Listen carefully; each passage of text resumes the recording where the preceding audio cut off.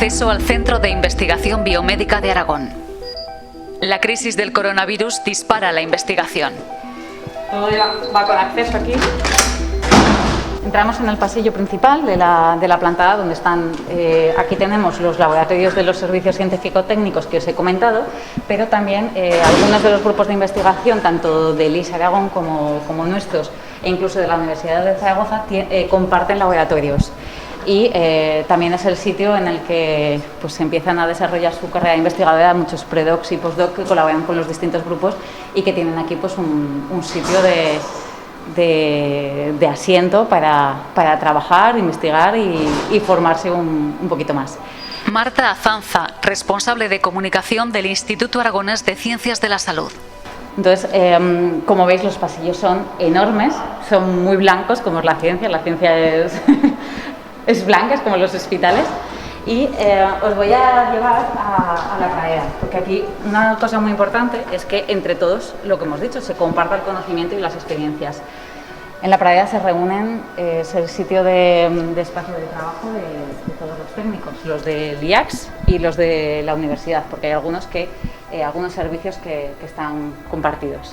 Bueno, pues este es el servicio de anatomía patológica y ahora pues tenemos aquí unos bloques para cortar y hacer unas tinciones para ver histológicamente cómo se ve el tejido, si tiene alguna alteración o ha pasado algo con el tejido y bueno, como es para investigación no damos un diagnóstico, sino sería para ver el tipo de alteración que es, porque todo es a base de estudios de proyectos de investigación que llevan los usuarios, nuestros investigadores. Ahora voy a realizar unos cortes histológicos con el microtomo. Cindy Gallardo, técnico del Laboratorio de Anatomía Patológica del Instituto Aragonés de Ciencias de la Salud.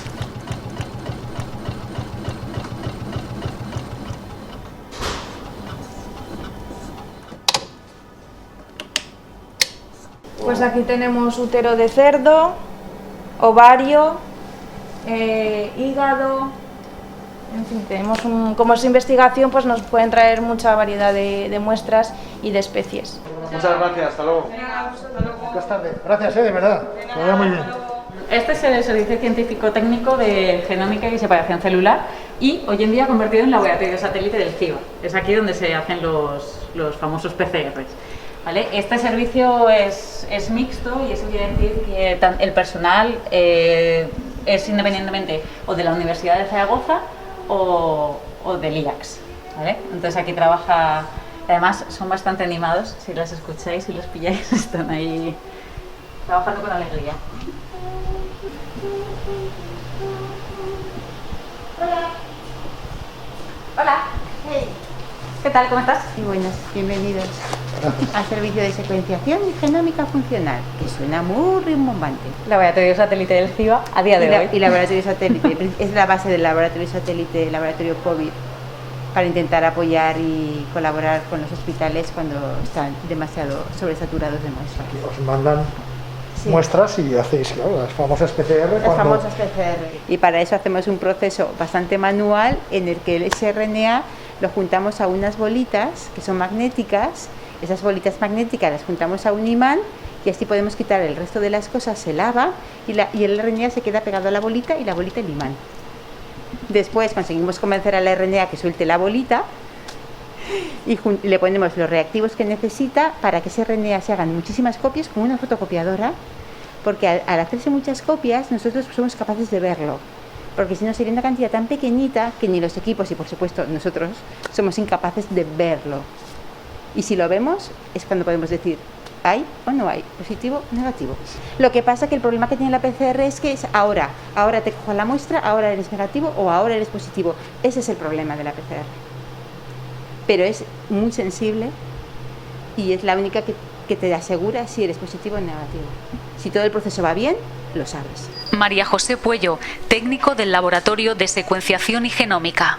Esto es una placa que son 96 pocillos. Aquí se pueden poner 94 muestras y estos dos lo guardamos para un control positivo y negativo que nos permite controlar que todo ha ido bien.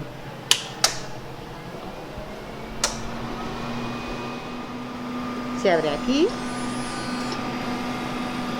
se lo colocaría la placa y se cierra.